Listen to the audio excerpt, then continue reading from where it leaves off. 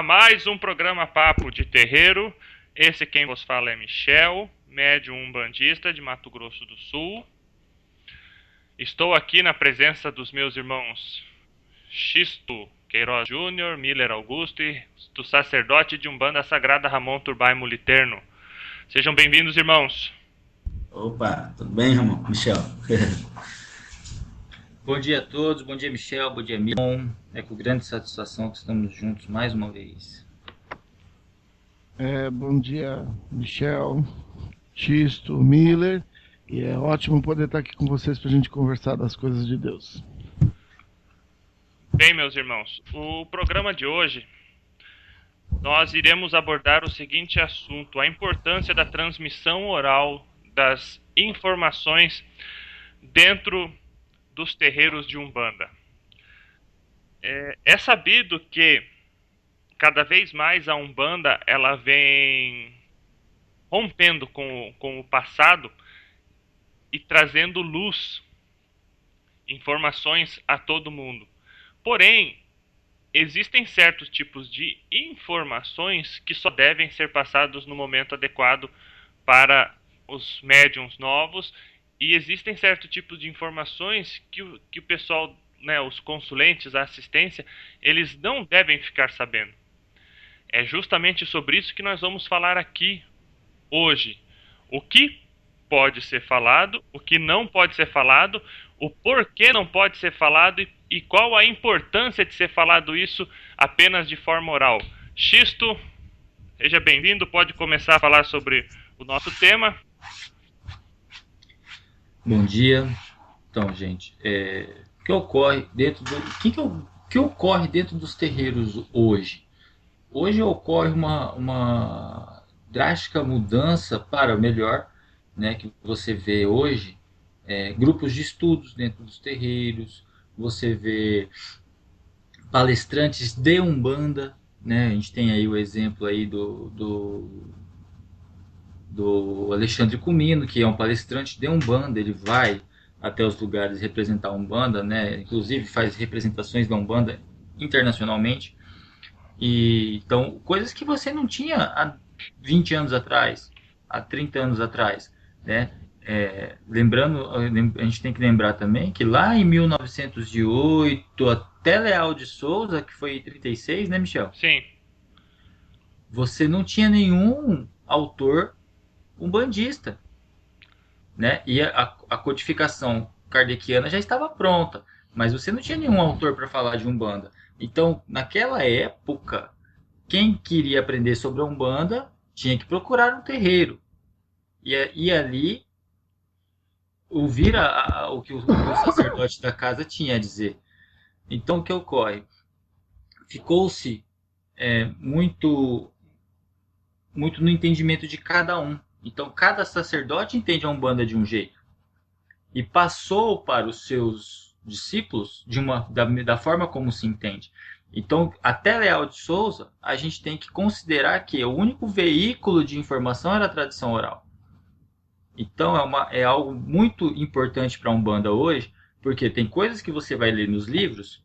Sim, você vai ler nos livros, mas você só vai alcançar o entendimento daquilo que você leu quando você vê um caboclo te falar aquilo, quando você vê um sacerdote manipular aquilo que você leu no livro que era possível. Então, a tradição oral e a visual dentro da Umbanda, você poder ver as coisas sendo feitas, ainda continuam sendo importantes e ainda vão continuar sendo importantes. Levando em consideração também, por exemplo, hoje os cursos de sacerdócio pela internet, não deixa de ser tradição oral, porque você está vendo um vídeo onde alguém está te falando algo e você está assimilando. É a mesma coisa de você estar sentado na frente do seu sacerdote, ele te falando algo, você assimilando. Então a tradição oral, ela existe, ela existiu, existe e vai continuar existindo. Não tem como você desassociar algo dessa magnitude, no meu entendimento. Eu vejo assim, Xisto, acho que existem informações que devem ser compartilhadas, devem ser compartilhadas com todos. Nós recentemente fizemos uma oferenda à beira de um rio, né, no ponto de força da natureza, e lá tanto eu quanto o X estávamos explicando para as pessoas que estavam ali qual que era todo o procedimento da oferenda. Então, fazer uma oferenda no ponto de força da natureza, você pode e você deve falar, porque qualquer pessoa pode fazer uma oferenda. O importante é ela fazer da maneira correta, fazer com conhecimento de causa. Outra coisa é você falar para a pessoa como se faz uma tronqueira, como se faz um assentamento vibratório. E aí vem a responsabilidade de quem passa a informação para a pessoa que está recebendo a informação. Você já imaginou um consulente pegar e fazer uma tronqueira na casa dele e fazer errado? Pois é, o quanto isso não vai influenciar a vida dele de maneira negativa a vida da pessoa, né? Então, é extremamente complicado. Existem informações que sim devem ser passadas, existem informações que não. Deve ser passado no pé do ouvido, né? Que é justamente a transmissão oral. Até porque, Michel, pegando esse gancho seu aí da tronqueira, para quem não conhece, é o assentamento dos Exus da casa, né? Onde se firma Exu para poder abrir os trabalhos, né? Quando tem gira de Exu, você participa, você coloca as oferendas na tronqueira. É um resquício de uma tradição homolocô dentro da Umbanda, o uso da tronqueira, que a maioria das vertentes umbandistas assimilaram. O que ocorre? Pegando esse gancho seu da tronqueira, a tradição oral é tão importante nesse aspecto que você pode ir em 10 terreiros e você nunca vai ver uma tronqueira igual a outra. Por quê? Porque para cada mago sua varinha. Ou seja, cada Exu tem a sua forma, o seu método de fundamentar aquilo que é dele. Você entende? Então, para cada mago, a sua varinha. Então, você não vai no terreiro da Dona Rita e no terreiro do Ramon, vai olhar, nem sei se no Ramon tem o uso da tronqueira. Tem tronqueira no terreiro, Ramon? Tem sim. Então, tem, sim. Você vai chegar aqui no terreiro da Dona Rita, vai chegar no terreiro lá do Ramon em São Paulo, você vai olhar a tronqueira, não vão ser iguais. Porque a tradição oral, o que aconteceu? Lá na casa do Ramon, veio de uma outra tradição que foi feita daquela forma. Aqui na casa da Dona Rita, a tradição oral veio e trouxe aquela informação. Então, nada vai ser igual. Por isso que a gente tem essa pluralidade, né, dentro da Umbanda. Por quê? Os entendimentos convergem entre si, porém são diferentes. Toda casa de Umbanda canta para Exu na abertura, certo? Sim. Porém, não canta o mesmo ponto. Você entendeu? Se fosse uma coisa sistematizada, todo mundo ia cantar o sino da igrejinha. O que eu ia acrescentar isso que vocês estão falando é que essa tradição oral, ela vem de milênios, né? Porque no fundo, não é só o chefe do terreiro que tem a informação. Então, certas informações podem ser passadas para certas pessoas porque elas já chegaram num nível que elas podem trabalhar aquelas informações corretamente. Outras não chegaram. Na maioria dos casos, aqui a gente na Terra, só olhando para a pessoa, né? Só olhando para aquilo que ela faz, a gente não consegue chegar a essa conclusão. E, na maioria dos casos, quando é passado alguma coisa dessa forma, da espiritualidade, para uma pessoa específica, é porque ela já chegou naquela condição. Então, a espiritualidade está dando outorga para aquela pessoa, para trabalhar com aquela coisa específica. Com certeza. As pessoas acham que estudar é abrir um livro, né? Abrir um livro e ler o que está escrito ali. Mas estudar é muito mais do que isso, porque existem coisas dentro do que você está lendo que elas são herméticas, tá? E isso tudo é criado dessa forma para salvaguardar. Sim. Então quer dizer que eu posso fazer uma tronqueira? Então, se você tiver uma casa, se você for um sacerdote, se você tiver suas entidades, você vai fazer uma tronqueira porque você está trabalhando com um processo inteiro de uma casa. Ah, mas eu posso fazer na minha casa? Se você tiver outorga, aí volta todo o processo. Tudo depende do que você vai fazer, de como você vai utilizar aquilo. E sem contar que o ser humano é daquelas pessoas que elas, além de você ter a responsabilidade de passar a informação, o ser humano também pode fazer com a informação coisas erradas, né? Então, o passar para a pessoa tem muito do aval da espiritualidade. Concordo com você, Ramon. E também acho que o que ocorre é o seguinte: é, quando você fala de tradição oral vira milênios, a gente não pode esquecer que durante seus 3 anos de peregrinações e ensinamentos, Jesus Cristo só transmitiu via oralidade, né? Então, o maior mestre que passou pela Terra não deixou nenhuma linha escrita por ele, né? O que a gente sabe de Jesus é o que ele transmitiu via oralidade e foi transcrito depois do seu desencarne, vamos assim dizer. Mas Jesus só ensinou por oralidade. Então, Jesus é o maior mestre da tradição oral até o momento conhecido na Terra, né? Sem contar que Buda também é um grande mestre na tradição oral, né? E, então, assim, a tradição oral ela é quase que um berço do aprendizado, né? Então a gente tem que valorizar. Eu costumo dizer o seguinte: esses dias eu compartilhei um texto de alguém lá do grupo de Umbanda Triângulo da Fraternidade, falando sobre o sacerdote. Então, às vezes o sacerdote está falando, o cara tá, sei lá, prestando atenção na renda da barra da saia da irmã do lado. Está entendendo? Às vezes o sacerdote está falando uma coisa importante e o cara tá pensando no Santos que perdeu. Você tá entendendo? Pô, Ramon é santista, né, Ramon? Não, não sou, não. Ah, então Sou, menos mal. sou corintiano. Então piorou um pouquinho, mas vamos lá. Piorou. Então o que acontece? Dar atenção àquilo que o sacerdote fala é importante porque essa pedrinha que você tá com o pé em cima, ele já pisou. Você tá entendendo? Ele já passou por aquilo. Você que está me ouvindo aí do outro lado, os irmãos aqui, vocês não sabem o que é, assim, óbvio que sabem, mas é tão bom você sentar na frente de um sacerdote de Umbanda e ouvir o que ele tem para te contar. Eu, por exemplo, a minha sacerdote de Umbanda, ela vai fazer 80 anos de idade. De Umbanda, ela tem 60 e poucos anos. Ela tinha 17 anos quando ela começou na Umbanda. Então, o que acontece? Olha o tanto de tradição que essa mulher carrega. Sentar com ela e bater um papo é a coisa mais maravilhosa do mundo. Você entendeu? Por quê? Porque na fala dela, ela carrega um grau de conhecimento sobre aquilo que se faz tão rico que você sai de lá com um nível de consciência muito mais expandido.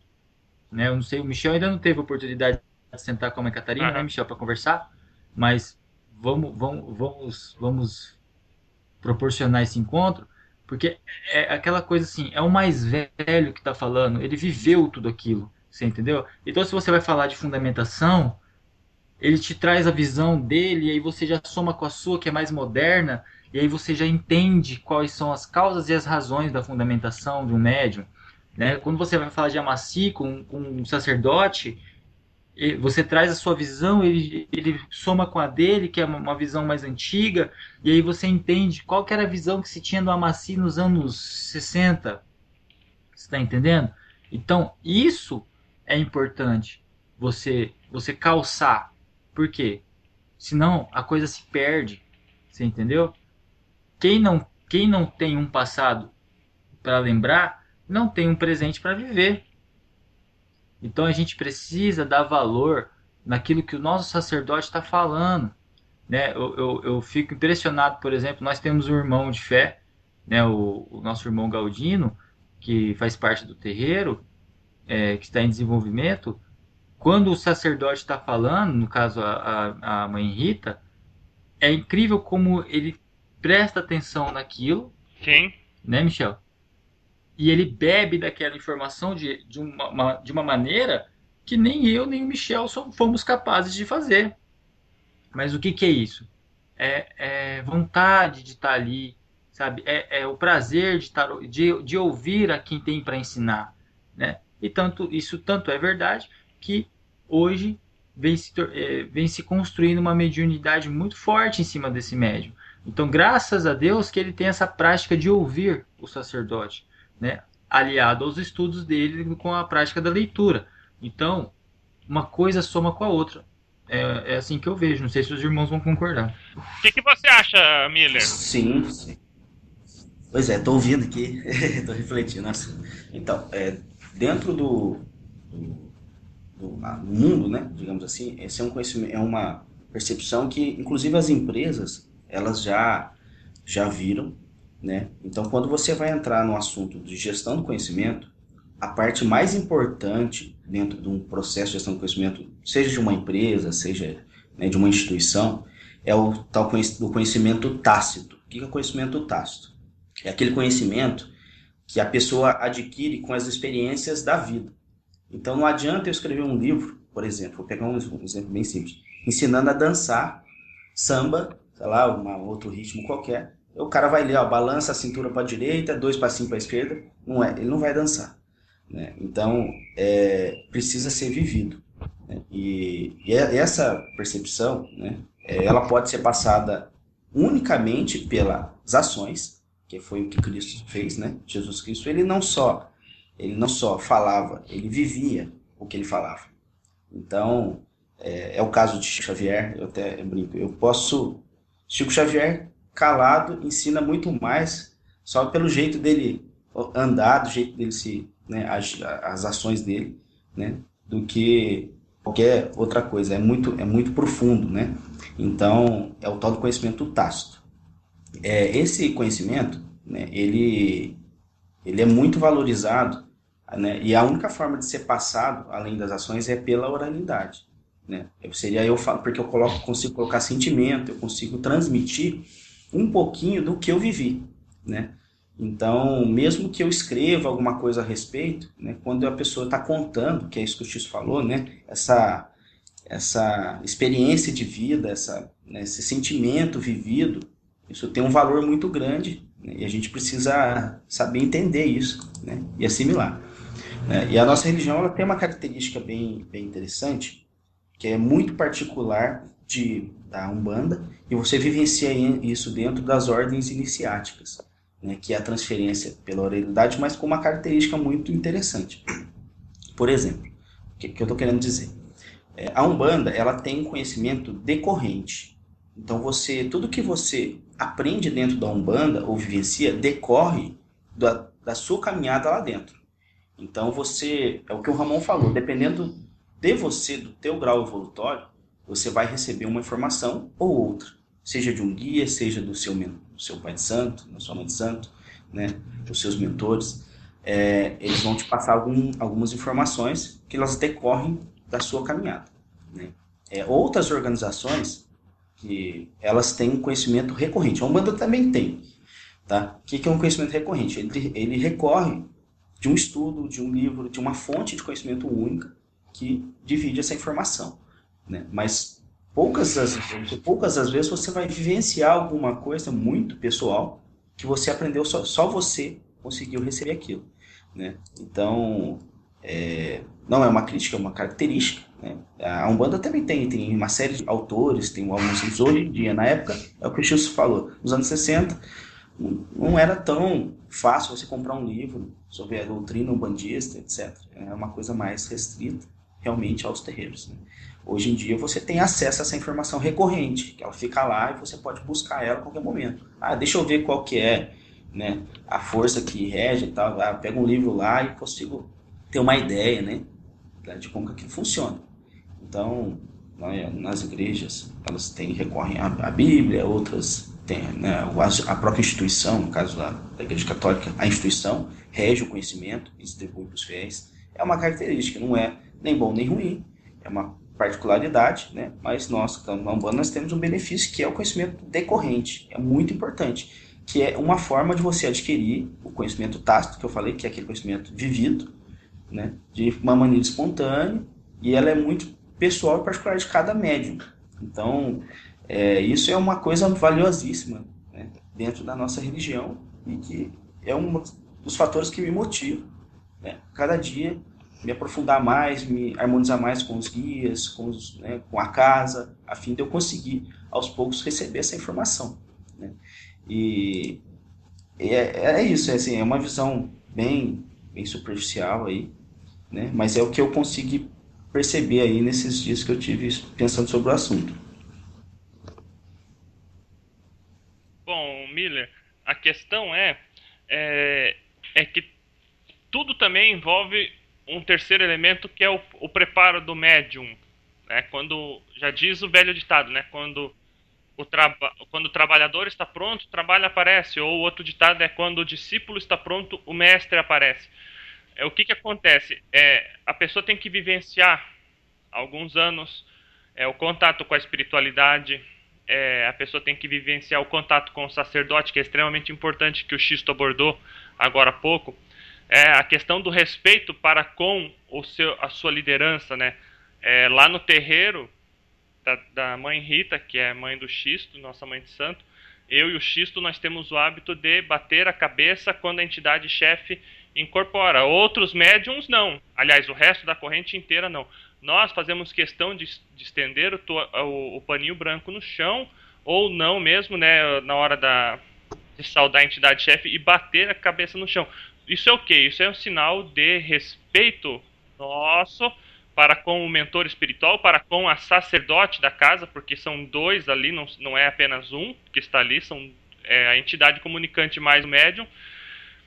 E isso é um sinal de carinho, de amor, porque o que existe de mais sagrado no ser humano é o que a gente chama de Ori. Né? As pessoas eles acham que Ori é chakra coronário, mas o Ori na realidade é a centelha divina, a fagulha divina de Deus que existe dentro de cada ser humano. E quando a gente coloca nosso Ori no chão, esse é um sinal de reverência muito grande. Então é importante que a gente passe por processos de aprendizado, passe por processos de melhoria nossa, contínua, de aprendizado, para que nós possamos receber as informações no momento certo. Tudo tem seu tempo. Outro ponto importante que foi falado é a questão de coerência. Tá? É impressionante, como é que eu posso dizer aqui para vocês que estão nos ouvindo, para os irmãos aqui de programa, é incrível a quantidade de médium que fala uma coisa e faz outra. Uma das coisas que a espiritualidade nos pede é justamente você ser coerente, ou seja, você vivenciar aquilo que você fala. O que a gente percebe, igual o X estava falando, estava lá a gente escuta a mãe Rita falar, aí fica eu prestando atenção, o X prestando atenção, o Galdino prestando atenção, entende? E você vê que outros não dão a mesma atenção àquilo que está sendo falado. Ou então você vê médiums que dizem, bate no peito, eu faço isso, eu faço aquilo, mas na realidade fazem tudo o oposto. Ou então fala assim, para você ser um bom médium, você tem que fazer tal coisa. Mas a pessoa não faz isso. É muito complicado. E aí se torna importante a transmissão de informação pela oralidade. Por quê? Porque o sacerdote de Umbanda, nesse caso, ele consegue separar o joio do trigo. Ele consegue ver aquele filho que está verdadeiramente pronto daquele que ainda não está pronto. Não significa que não vai ficar pronto um dia, que não vai ter condição de ser um sacerdote um dia. Todo mundo tem o seu tempo, e o tempo de cada um é diferente um do outro. Mas restringindo certo tipo de informação para si, o sacerdote ele consegue selecionar o melhor momento para transmitir isso aí. E isso já vem da Cabala antiga, isso vem dos cultos esotéricos, isso vem nos cultos orientais. Tudo isso faz parte da história da humanidade. Né? Na Cabala antiga, só para vocês terem uma ideia, apenas homens casados, pais com mais de 40 anos podiam ter acesso à Cabala judaica, poderiam estudar a Cabala judaica. Então, justamente para que a pessoa tivesse no momento da vida dela, que ela tivesse o devido preparo, principalmente o preparo mental, para administrar as informações que iria receber. Então, tudo isso faz parte do contexto de transmitir informação por via oral. E é extremamente importante isso que todo mundo colocou aqui. O grande problema da tradição oral é aquela velha história do telefone sem fio, né, pessoal? que acontece, né? Vamos levar pro campo do ponto cantado, né? Vocês estão me ouvindo? Estamos sim. Sim, sim, sim. Tá muito bom. Tô te Tá todo ouvindo. mundo quietinho. Por exemplo, na questão do ponto cantado. Então vamos supor que lá em São Paulo surgiu aquele ponto de defumação. Defuma com as ervas da Jurema, que é o mais famoso, né? Lá então surgiu lá em São Paulo. Aí o caboclo que puxou esse ponto lá em São Paulo, ele puxou o ponto original, vamos dizer assim. Aí daquela casa saíram 3 sacerdotes que formaram suas casas. Então, são 3 casas novas que vão cantar o mesmo ponto de defumação. Só que já tem uma mudança ali. Então, ao invés dele cantar Vamos defumar filhos de fé, ele canta outra coisa. Você entendeu? Que aí, da casa desse cara aí, já saiu mais um que já cantou outra coisa. Então, quando esse ponto chegou lá no Nordeste, ele já chegou diferente. É o mesmo ponto, com a mesma força, com a mesma intensidade, talvez, mas não é o ponto cantado original. Você está entendendo? Que é diferente, por exemplo, do catolicismo, onde todos os cânticos da missa, se você for no Rio Grande do Sul, do Iapoque ao Chuí, se você for numa missa, os cânticos vão ser iguais, com as mesmas letras, né? É diferente. Por quê? Porque eles têm aquele jornal dominical, né? Que é a CNBB que projeta. Então, o que ocorre? Isso torna padrão certas coisas. Então, no nosso conceito religioso, a tradição oral também tem esse defeito. Você está entendendo?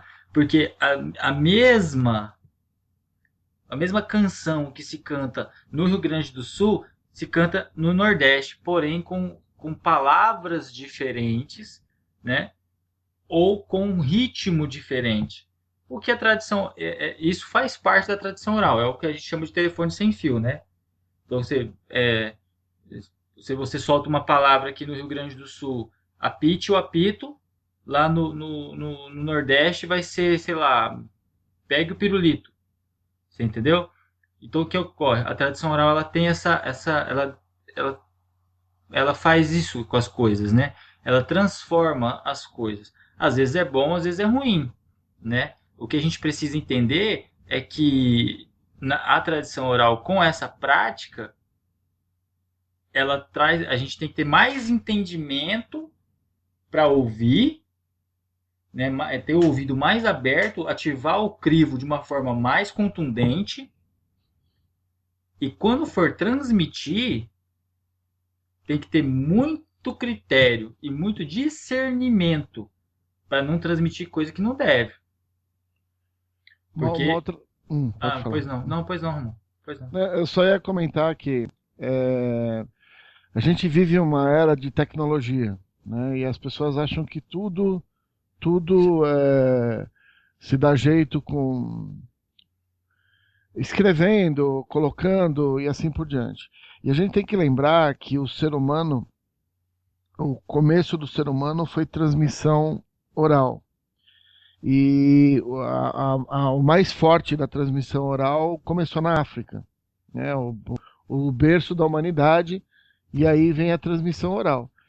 E a transmissão oral também tem uma outra coisa, né? Todo mundo falou uma série de coisas, mas eu vejo que é a coisa mais importante. Quando você passa informação, a informação vem intuída do espiritual. Mas existe ainda mais uma coisa que é extremamente importante, que é toda a energia que se está trabalhando naquele instante que você está passando a informação. Por mais que um livro seja um ótimo meio de estudo, nem só as informações ouvidas são as mais importantes. A gente tem que entender que nós somos multifrequenciais. E muitas das informações que vêm para a gente podem entrar direto nos nossos corpos espirituais. Então não é só a palavra que está vindo daquele sacerdote ou daquela entidade que está conversando com você. E existem outras coisas que impactam muito mais a gente, que são o acesso direto aos corpos. E isso é uma coisa que, quando você fala tradição oral, você vai pensar só no que o pessoal está falando, né? Mas existem momentos que um sacerdote passa para um médium uma carga de informação mental, e aí mental superior, mental inferior, inclusive emocional, que vai levar anos para aquilo cair a ficha, né? Então é uma coisa que também tem que ser levada muito em consideração. Com certeza, Ramon. E também, só para complementar o que eu estava falando, que quando você ouve algo do um ensinamento de um mentor, de um guia, toma muito cuidado para quem você vai transmitir aquilo que você ouviu, porque às vezes aquilo é para você. Você tá entendendo? Ah, eu ouvi aquilo do caboclo, poxa vida, vou falar para fulano que você vai ver, vai servir para ele também. Às vezes não. Então tem que, certas coisas, a gente não é que a gente deve esconder, mas a gente deve deixar florescer em nós para alcançar um entendimento maior e aí passar adiante com maior critério, com maior discernimento. Você está entendendo? É por isso que a gente entra naquele âmbito do quanto tempo se leva para formar um sacerdote. Não se sabe. Eu posso formar um grande sacerdote com responsabilidades, com discernimento, com critérios, coerência, né? Aliado a uma mediunidade boa, que vai trabalhar dentro dos fundamentos da religião, com 1 ano. E eu posso levar, às vezes, até 7 anos para formar o mesmo sacerdote. Então, é uma questão também da espiritualidade, de preparo. Você está entendendo? Tem gente que está preparada para ouvir sobre assentamentos mais cedo do que outros. Tem gente que está preparada para ouvir sobre fundamentação dentro da Umbanda mais cedo do que outros. Tem gente que está preparada para falar ou para ouvir sobre magia mais cedo do que outros. Então, isso é uma questão, não é que o médium é pior ou melhor. É a questão do tempo que se leva para alcançar o entendimento. Todos vamos chegar ao entendimento. Porém, cada um no seu tempo. E a tradição oral, ela é algo que você está todo dia em contato com ela dentro do terreiro. Você está entendendo? Porque se você o sacerdote pega uma vela e você pergunta: para que serve essa vela, meu pai? Só se ele for muito babaca para virar para você e falar assim: você não está pronto para saber disso agora. Não, você pode saber disso agora. Você pode não entender. Agora, isso é importante que você está falando. Mas lá na frente, daqui 2, 3 meses, 1 ano, você vai passar por alguma situação que vai te levar ao entendimento do porquê daquilo. Sim. Você está entendendo? Agora, coisas simples, né? Eu tô falando de uma vela. Agora você imagina falar de magia. Ah, pai, por que se faz tal coisa na magia assim, assim, assim, assim, assim, assado? Ele pode até te explicar, ele vai te explicar. Só que aí, isso não quer dizer que você vai ter o entendimento para assimilar aquilo. Agora, quando você faz uma pergunta para um sacerdote: ô meu pai, por que você canta Pai Exu primeiro? E ele virar para você e falar assim: não, isso aí você não precisa saber. Vai, segue o fluxo aí. Você não precisa saber o porquê. Ele não está sendo um bom dirigente. Ele não está sendo um bom sacerdote. Porque ele está fazendo você ter uma fé cega. Uma fé que não tem motivo. Uma fé de ratos amestrados. Que só fazem aquilo que o seu mestre manda. Então, agora, quando você encontra um sacerdote que você pergunta para ele: meu pai, por que você canta Pai Exu primeiro? E ele te traz essa informação de forma coerente, é sinal que ali mora um sacerdote que vai te dar orientações e vai construir junto com você um caminho mediúnico bom. Tá? Porque o cara que chega para você e fala que não vou te falar porque você não precisa saber, porque isso é uma informação minha, ele está se julgando o dono da verdade, o dono da religião, e ele não merece o título de sacerdote que tem. Sinto muito aos que fazem isso, me desculpem aos que fazem isso, mas não é uma postura correta. É complicado, né? Eu prometi Sim. pra mim mesmo que não ia mais ficar metendo a boca nos outros por causa disso aí, mas eu concordo com o que o Xisto falou. Miller, você tem alguma coisa pra falar? Não, também, muitas vezes, às vezes ele nem sabe, né? A pessoa, quando ela toma uma decisão de não compartilhar alguma coisa, às vezes não é porque ela não quer também, é porque ela não sabe e não tem, né? Assim, com ela, né? Aquele sentimento dela falar, olha, não sei, né? Às vezes por vergonha, por medo de julgamento, né? É o É tal do verdade. discernimento que ele é muito pessoal de cada um, né? Algumas pessoas a gente espera que o outro tenha o mesmo discernimento que a gente e vice-versa, mas normalmente essas coisas não são tão simples assim, né? Vai muito da caminhada de cada um, é muito particular de cada pessoa. Mas você quer ver uma coisa que me deixa pensativo e o Ramon vai concordar comigo? Quando por que que, por que que é assim? Aí o cara te responde, porque tem que ser. Cara, eu vou Porque falar um você não negócio tá pra você. pronto, não vou te dizer porque você não está pronto pra ouvir tal Não, coisa. não é nem nesse Não, aspecto. não, É só quando o cara fala assim, não, porque tem que ser, porque é. porque Mas, é complicado. porque Muito assim, complicado. porque sim. É Porque que a gente. sim. Que aí que tá o X da questão, né? A gente. Bom, no fundo, a gente está chegando à conclusão que não é só a oralidade, né? É a, é a postura da pessoa como um transmissor de conhecimento, né? Porque a oralidade, dentro de uma pessoa que não tem esse compromisso de compartilhar conhecimento, o cara vai realmente usar isso como moeda de troca, poder, ou que caramba que seja. Então a oralidade precisa estar junto com uma pessoa que realmente queira passar conhecimento para frente. E passar conhecimento para frente de forma coerente, né? Você não pode passar qualquer conhecimento para qualquer pessoa. Ah, Ramon, você está sendo. Você está falando que existem pessoas. Sim, cada pessoa está num estágio de conhecimento, cada pessoa está num estágio de percepção. Uma pessoa que não está preparada, se você passar uma informação equivocada, você é capaz de tirar aquela pessoa do caminho do conhecimento dela, do processo de crescimento dela. Porque você vai mostrar alguma coisa para ela antes do tempo. E ela não está com a infraestrutura para aquilo. A gente tem que entender que conhecimento ele leva a pessoa a patamares maiores, a buscar outro nível de percepção, mas a gente também tem que entender que conhecimento mal orientado pode fazer com que a pessoa saia do caminho dela. Então, o conhecimento oral é uma ferramenta excepcional. Eu acho que é a ferramenta que a humanidade mais utilizou. Há milênios é utilizado isso para passar informação.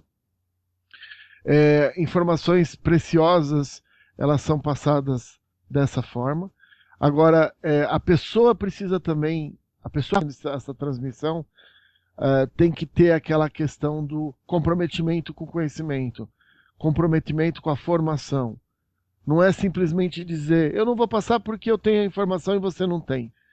Não, não vou passar porque nesse momento você não está com condição de fazer, mas não é porque eu quero, é porque existe todo um processo.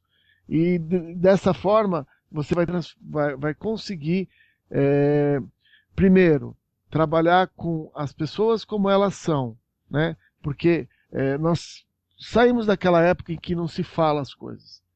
Sem contar que hoje, com as informações que nós temos acesso, tem muita coisa que a gente tem uma ideia do que é, né? Então você tem uma ideia do que é uma tronqueira.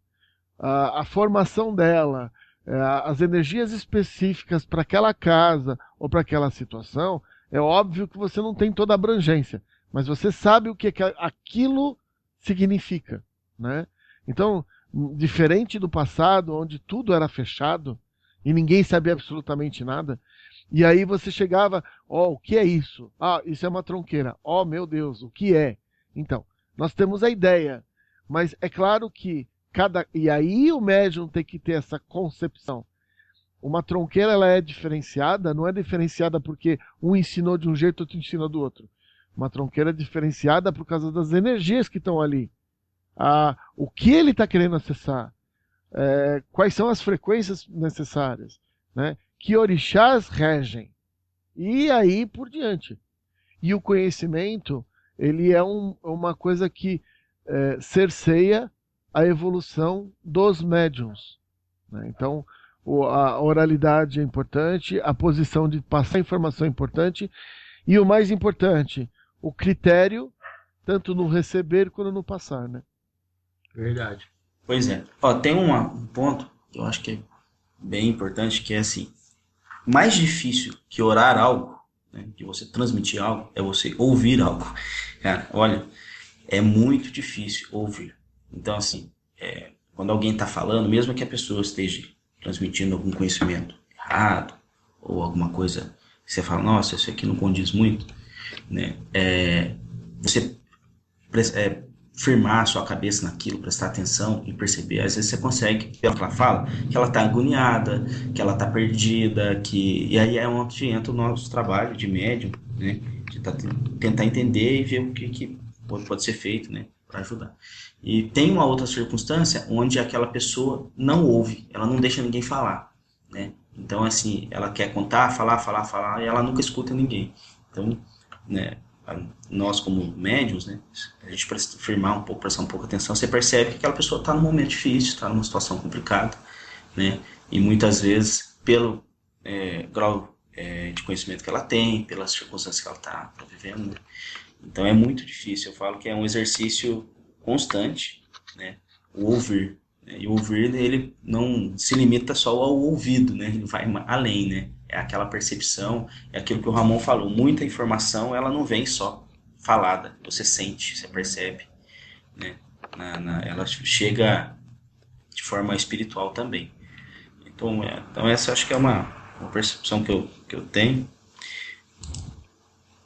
E tem que se ter humildade também, sabe por quê, pessoal? Por exemplo, pegar o exemplo de Moisés. Moisés foi um grande líder, tal, tirou o povo hebreu do Egito, enfim, essa história todo mundo conhece, né? Só que Moisés não era bom para falar. Então, o que Moisés fazia? Ele era bom, assim, para falar tete a tete, né?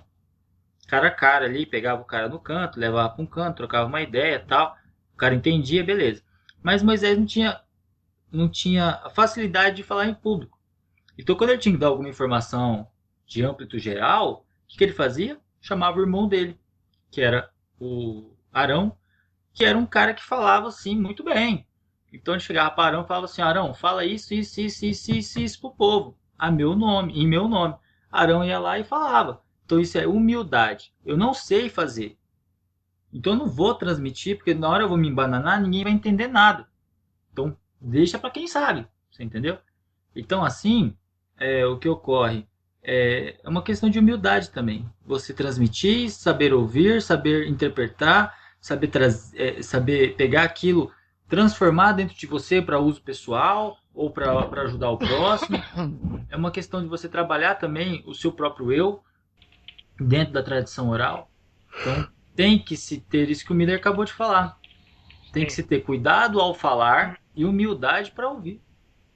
É bem por aí mesmo. Sabe é um homem que conhece seus limites, né? Nós Com vamos certeza. É isso aí. Iniciar aqui as considerações. Eu acredito que nós conseguimos nesse programa abordar o assunto, a transmissão oral das informações, e mostrar para quem está nos ouvindo que nem tudo pode ser falado a qualquer momento para os médiums ou para a assistência. Tudo tem seu tempo. Como o Xisto abordou há pouco. Você pode explicar o que é uma tronqueira, mas você não ensina a fundamentar uma tronqueira. O que é uma tronqueira? É um assentamento vibratório de Exu. Beleza? Pai, mãe, como que faz uma tronqueira? Meu filho, quando você estiver pronto, eu vou te ensinar a fazer uma tronqueira. Neste momento, você precisa saber o que é uma tronqueira. Como fazer uma tronqueira quando você estiver pronto, quando as suas entidades, né, falarem que você está pronto, quando a sua caminhada estiver mais iluminada, naquele momento vai ser passada todas as informações que você necessita saber. Isso é grandeza de espírito, humildade por conta do sacerdote, de explicar, você está deixando claro para o teu filho de santo que você não está se negando a dar informação, apenas aquele não é o momento certo. É igual uma faculdade, você não entra na faculdade de engenharia sabendo fazer cálculo, entende, por exemplo, numa linha de transmissão de energia, do esforço realizado sobre uma estrutura, que envolve o vento, envolve o peso do cabo, N fatores. Isso você aprende ao longo de 5 anos na faculdade. Lá no 5º ano você vai saber isso, porque você passou por N disciplinas. Então, é diferente de quando o teu sacerdote fala assim, olha, não vou te falar o que quer porque você não está pronto para saber. É diferente. Aí, igual o Xisto falou, aí você está deixando a pessoa cega. Não, você traz luz. Tronqueira é um assentamento vibratório de esquerda, de Exu, serve como proteção do ambiente religioso, que é um terreiro de Umbanda. Ponto. Como que faz? Meu filho, na hora que você estiver pronto, na hora que você estiver devidamente fundamentado, que você for pai pequeno da casa, aí a gente fala para você o que quer. Porque aí você vai estar seguindo o seu rumo de sacerdócio, vai estar seguindo o seu sacerdócio, e você vai precisar saber dessa informação para seguir adiante a tua jornada. Mas nesse momento, eu não posso te falar. O que eu posso te falar é isso, que é um assentamento vibratório.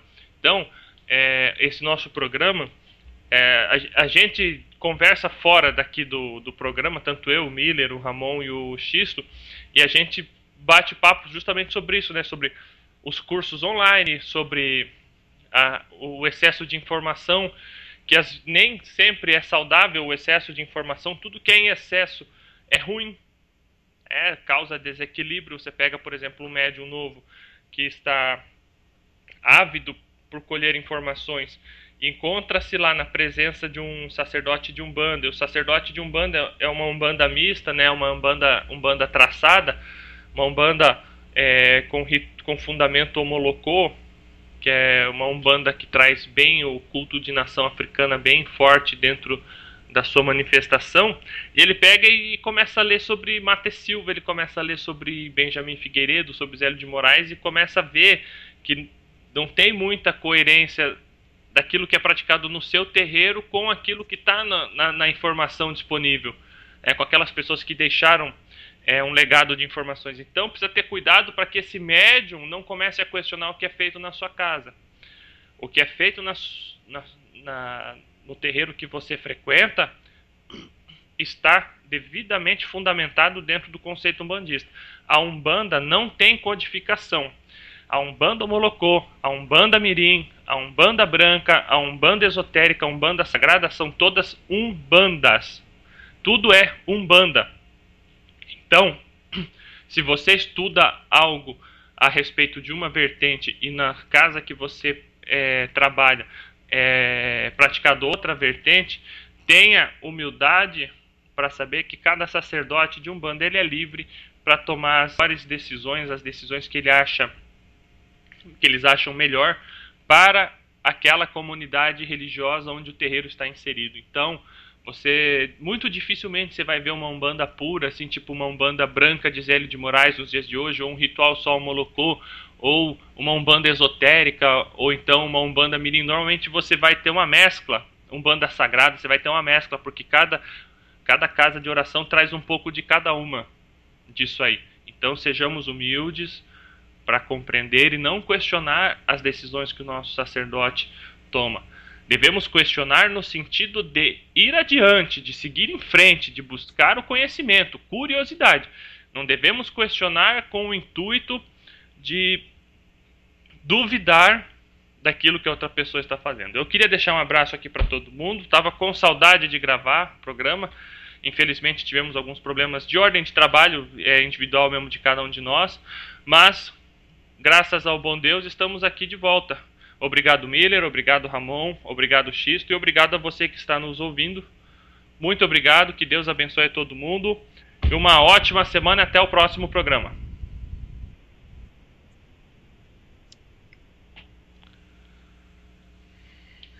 Valeu, pessoal.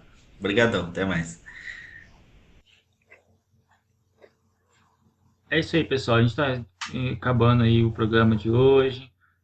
Vamos iniciar uma semana aí. Desejo a todos uma semana de realizações, muita paz, né? Que sejamos aí instrumentos do Criador cada vez mais bem preparados. Só deixar o meu recado final.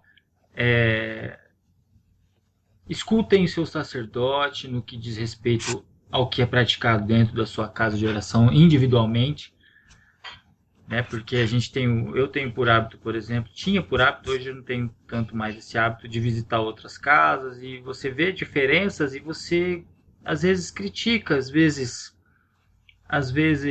julga, e isso não é saudável. Então, aprenda bem aquilo que é feito dentro da sua casa. Né? Então, assim, se o seu sacerdote tem uma prática que você discorda ou que você não entende, conversa com ele, chama ele no canto, troca uma ideia. Né? Às vezes é só uma questão de entendimento, às vezes não é uma questão de você se sentir incomodado, às vezes é uma questão de entendimento. Né? Continue lendo. Né? O que a gente está falando aqui, às vezes a pessoa fala, então eu vou parar de ler, só vou escutar o que o sacerdote fala. Não, continue lendo, continue buscando, continue aprendendo, continue pesquisando. Porém, dê valor àquele que abriu a sua casa para te receber. Né? Muitas vezes a gente está dentro da casa de oração e não sabe quais são as dificuldades que aquele sacerdote tem que passa para manter a casa em pé. Né? E aí vem, julga, fala isso, fala aquilo, né? Cria um estereótipo do sacerdote de que poderia ser diferente, enfim. Mas é aquela velha história, né? Todo mundo vê as pingas que eu tomo, os tombos que eu levo ninguém enxerga.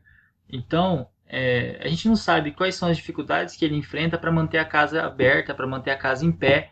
Então, antes da gente julgar aquele sacerdote, antes da gente fazer um comentário sobre ele ou sobre o que ele pratica dentro da casa, se algo te incomoda, senta com ele, troca uma ideia com o seu sacerdote, seja um bom filho da casa, seja um bom elo da corrente, né? Porque é disso que uma casa precisa, de bons elos, de bons filhos, para poder continuar a sua caminhada individual. Cada casa é uma escola, cada escola uma metodologia, cada escola tem a sua pedagogia particular.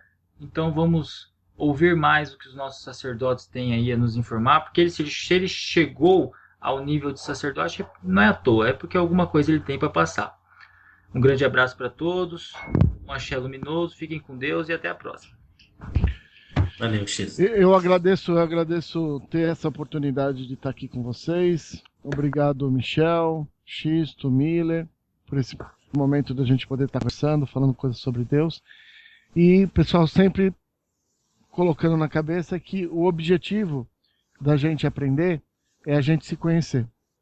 Se a gente não se conhece, a gente realmente não vai conseguir chegar até onde a gente precisa chegar. Muita luz, muita paz para cada um de vocês.